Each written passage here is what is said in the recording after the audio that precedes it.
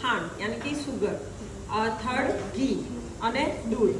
અને સાથે જો ઇલાયચી પાવડરનો ટેસ્ટ તમને પસંદ હોય, ઇલાયચી ફ્લેવર તમને પસંદ હોય તો એ પણ તમે એડ કરી શકો.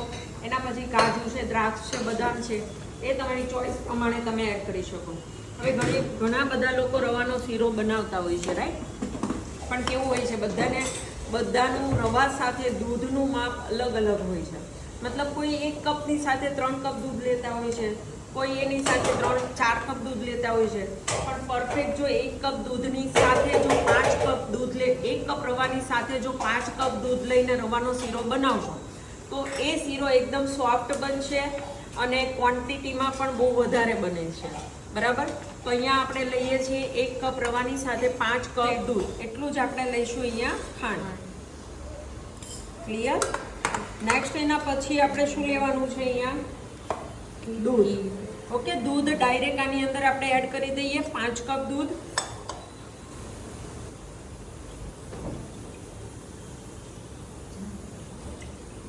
થઈ રહેશે, ચાલ રેવા દે. હા, 3 4 દૂધને પહેલા ગરમ કરવા માટે મૂકી દેવાનું છે. કેટલી સીટી થઈ યાદ છે તમને લોકોને? ના, 30 માઇન્ડ રાખવાનું, બધી જ બાજુ ધ્યાન રાખવાનું. 2 સીટી. Very good. ચલો, સૌથી પહેલા શું કરવાનું છે? થોડું ઘી લઈ એની અંદર આપણે કાજુ બદામને શેકી લઈશું. અથવા તો જ્યારે તમે શીરો પેલો રવો શેકો છો એના એન્ડ ટાઈમ પર તમે કાજુ બદામ એડ કરી દો ને તો પણ શેકાઈ જાય. પણ શરૂઆતમાં તમને ખબર ના પડે, બરાબર? તો આપણે શું કરવાનું? આ રીતે અલગથી જ આપણે કાજુ બદામને શેકી લઈશું. અને ગેસની ફ્લેમ એકદમ સ્લો રાખવાની છે. અને રવાનો શીરો જ્યારે પણ બનાવો છો ને ત્યારે જાડા તળિયાવાળું વાસણ લેવાનું, બરાબર? પતલું તળિયું હોય, હેવી બોટમ પેનનો યુઝ કરવાનું. લે બેટા, આવી જાઓ. ચાલો, એને શીરો વધારે ભાવે. શું નામ છે તારું? અંકિત. અંકિતને શીરો વધારે ભાવે છે ને એટલે આજે અંકિત બનાવશે. ચાલો, જો આમાં ટાઈમ લાગશે, એકદમ ફટાફટથી આમાં કામ ન થાય, બરાબર? સ્વીટ આઈટમ કોઈ પણ બનાવતા હોય ને તો હંમેશા એને સ્લો ફ્લેમ પર જ કરવું પડે. ઓકે, શેકવાનું કામ ધીમી આંચે શેકવાનું. ચલો, હવે હું ગેસની ફ્લેમને સ્લો કરી દઉં છું અને હલકું લાઇટ બ્રાઉન કલર થાય ને ત્યાં સુધી આપણે શેકી લઈશું. ચલો, અહીંયા હલકું લાઇટ બ્રાઉન કલર થઈ ગયું છે અને આને આપણે કાઢી લઈએ એક બાઉલમાં. ઓકે, જુઓ લાઇટ બ્રાઉન કલર થઈ ગયો. હવે આ ગરમ ગરમ પેનમાં નહીં રાખવાનું, નહીં તો વધારે લાલ થઈ જશે. ચાલો, રેડી. હવે સેકન્ડ આપણે એના પછી શું કરવાનું છે? નેક્સ્ટ એના પછી આપણે લેવાનું છે ઘી. કેટલું ઘી લેવાનું છે? જે કપથી આપણે રવો અને ખાંડ લીધું છે એ જ કપથી 1 કપ ઘી લેવાનું. Okay,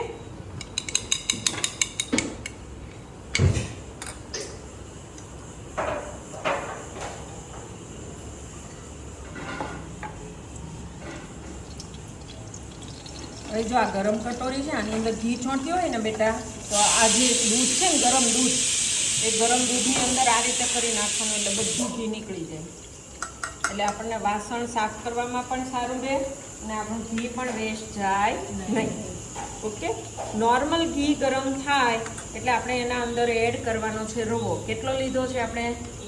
1 cup. ઓકે, આ ત્રણેયનું મેઝરમેન્ટ સેમ રહેશે, ઘી, ખાંડ અને રવો. અને દૂધનું માપ કેટલું છે? 5 કપ. ઓકે, ચાલો રવો એડ કરો બેટા. તમે આ 1/3 કપ લીધું. હા, એટલે જે પણ તમે લો છો એ જ કરો, સમજ? મિક્સ કરીને બતાવું 1 મિનિટ કઈ રીતે હલાવવાનું. સ્પેચ્યુલા જો આ રીતે કરવાનું. આ રીતે 1 2 3 4 5 પછી 1 ટન આ રીતે લઈ લેવાનું. ઓકે, પછી થોડું આ રીતે કરવાનું 5-6 વખત. ફરીથી આ રીતે અહીંયા સાઈડ પરથી લઈ લેવાનું. ચાલો, રવો શેકાઈ ગયો એ કઈ રીતે ખબર પડે? પહેલું તો એક તો આંખોથી ખબર પડે, બીજું તમે અહીંયા ફીલ કરી શકો, અને ત્રીજું તમે નાકથી સ્મેલ લઈને ખબર પડે, રાઈટ? આંખથી, નાકથી અને વેરી ગુડ. હજુ ટાઈમ લાગશે હા બેટા, હજુ શેકાવામાં બહુ ટાઈમ છે. તું બનાવે છે ઘરે? નહીં, ક્યારેક ક્યારેક બનાવું. હા, પણ હજુ પરફેક્ટ આવડતો નથી આવું. સરસ. તમે ક્યાંથી શીખવા માટે આવ્યો છો? કયા એરિયામાં? સીમાડાથી. સીમાડાથી. ઓકે, તમને એનું રેફરન્સ ક્યાંથી મળ્યું? ઓનલાઈન. રીલ્સ જોઈને ને Reels. મતલબ. ગુડ. શા માટે શીખો છો બેઝિક કુકિંગ ક્લાસ? હું જાઉં છું જર્મની એના માટે. જર્મની. ઓકે. ઓકે બેટા, કાલે તે શું હોમવર્કમાં કર્યું? મેં યસ. સવારે કોફી બનાવેલી તો મેં કીધું નથી ટી અને પૌવા તો એ બધા ખાઈ ગયા તો મંચુરિયન બહુ ટેસ્ટી બહુ ટેસ્ટી બન્યું હતું. શું બધાની કમેન્ટ શું આવી? કે એક્ઝેક્ટ અમાઉન્ટ ને એક્ઝેક્ટ ટેસ્ટ બન્યો છે જે બધાને ટેસ્ટ જે જોઈતો હતો પૌવામાં. અચ્છા, ઓકે. તમે ક્યાંથી શીખવા માટે આવ્યા છો? સોરી, બેસી. હા, વેસુથી હું આવી છું અહીંયા. ઓકે. અને આ તમારી સાથે તમારા? આ મારો સગો ભાઈ છે, આ મારો કઝિન ભાઈ છે. ઓકે. તમે ત્યાંથી ત્રણેય ત્યાંથી જ આવેલા છો? Okay, very good. સુપર. તો નોર્મલ થોડી ફ્લેમને હાઈ કરું છું, બટ તમારી સ્પીડ વધારવી પડશે. ઓકે બેટા? યસ. ફ્લેમ વધારે ને તો સ્પીડ મતલબ નોર્મલ જ મેં વધારી છે, વધારે નહીં. ઘણા બધા લોકો શું કરે છે, ખાંડને દૂધની અંદર જ એડ કરી દે, પણ ખાંડને દૂધની અંદર એડ કરવાની નથી. એનાથી શું થાય, રવો ચીકણો થઈ જાય, ચાસણી આવી જાય, બરાબર? એટલે એ દૂધ આની અંદર નાખી દઈએ ને પછી આપણે ખાંડ નાખવાની છે. ઓકે, અહીંયા હલકો લાઇટ બ્રાઉન કલર થઈ ગયો. ઓકે, ચાલો ગેસને લાવો બેટા, હું મને આપી દે. જોઈ લો, અહીંયા જો ઘી ઉપર છૂટું પડી ગયું છે. ઓકે, હવે થોડું દૂધ નાખવાનું છે, હાથને દૂર રાખવાનું છે, બરાબર? આ રીતે. તો શરૂમાં તમારે થોડું ધ્યાન રાખવું પડશે. આ રીતે દૂધ એબ્ઝર્વ કરી લે, પછી તરત પાછું ફરીથી દૂધ નાખવાનું, ફરીથી એને મિક્સ કરવાનું. આ રીતે મમ્મીનો સપોર્ટ પહેલી વખતમાં લેજો, પણ મમ્મી એમ કહે ને આટલું નહીં આટલું નાખ, તો એ નહીં કરતા. માપ તમે અહીંયા જે મેં આપ્યું છે ને એ જ તમારે રાખવાનું છે.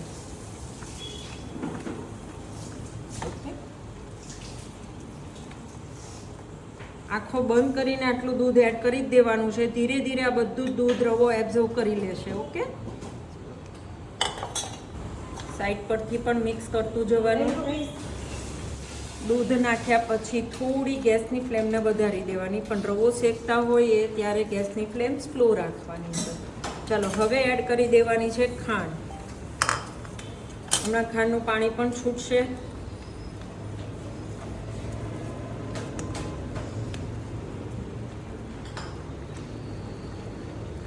હવે તમારે ઇલાયચી પાવડર એડ કરવો હોય તો અત્યારે એડ કરી દેવાનો. પણ મને ખ્યાલ છે આમાંથી 2-4 લોકો તો એવા હશે ઇલાયચીના દુશ્મન. કોણ છે? હે, બધાને ચાલશે? ચાલશે તો નાખીએ. લાવજો ઇલાયચી પાવડર આપી દેજો મને બેટા. ઘી છૂટું પડે ને, બોર્ડર પરથી ઘી છૂટું પડે ને ત્યાં સુધી આપણે એને શેકવાનું છે. જો એવું લાગે કે ઘી છૂટું નથી પડ્યું તો 1 ચમચી લાસ્ટમાં ઘી એડ કરી દેવાનું.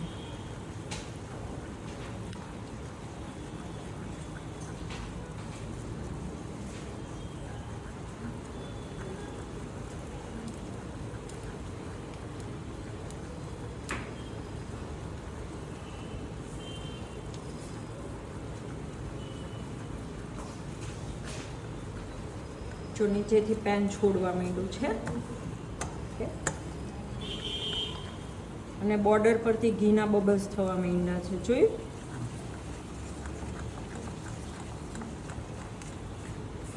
અત્યારે તમને થોડી ચીકાશ લાગશે, પણ આ રવો થોડી વાર પડ્યો રહેશે ને પછી એ ચીકણો રવો ના લાગે. ચલો, અહીંયા આપણો આ રવો બનીને રેડી છે. પેન છોડી દીધું, જોયું? આટલી વાર સુધી એને શેકવાનું. અને આપણે 1/3 કપ જ રવો લીધો હતો. કેટલો થયો જોયું? ક્વોન્ટિટીમાં ઘણો બન્યો છે. ચલો, હવે ગેસની ફ્લેમને બંધ કરી દઈએ અને ઉપરથી આપણે થોડો એડ કરી દઈએ ઇલાયચી પાવડર.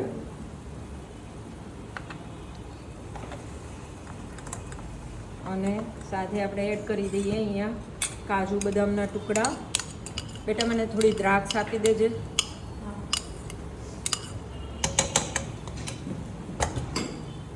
આ બધું ઘી છે ને એ આ રીતે સ્પેચ્યુલાથી લઈ લેવાનું. તો શું થાય, મમ્મી ખીજાય. ઘી કેટલું મોંઘું છે. ઘી કેટલું મોંઘું છે અને બગાડે છે. અને આ ચમચીમાં ચોંટેલું હોય આ બધું લઈ લેવાનું. વાસણ એકદમ ક્લીન થઈ જવું જોઈએ. ઓકે, ચલો મને દ્રાક્ષ આપી દે. થોડીક જ આ ગરમ ગરમ શીરામાં એડ કરી દેશો ને એટલે થોડી વારમાં એ પાછી દ્રાક્ષ ફૂલી જશે. તો એને અલગથી કોઈ શેકવાની જરૂર નથી. ચલો બાઉલમાં કાઢી લઈએ.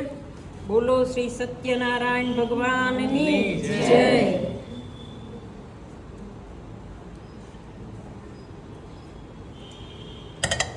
ચલો તો આ રેડી છે રવાનો શીરો. સત્યનારાયણ ભગવાનની કથા જ્યારે પણ બનાવો ત્યારે બનાવવા માટેનો આ પરફેક્ટ માપ છે.